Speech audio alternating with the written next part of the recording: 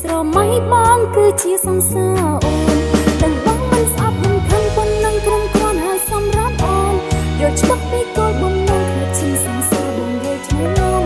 បងខំចិត្តនៅឲ្យឆ្លើយលួចមើលបងពីចំណាយមិនដែលគិតថាសោកស្ដាយដែលអូនស្រឡាញ់បងខំចិត្តនៅឲ្យឆ្លើយលួចមើលបងពីចំណាយមិនដែលគិតថាសោកស្ដាយដែលអូនស្រឡាញ់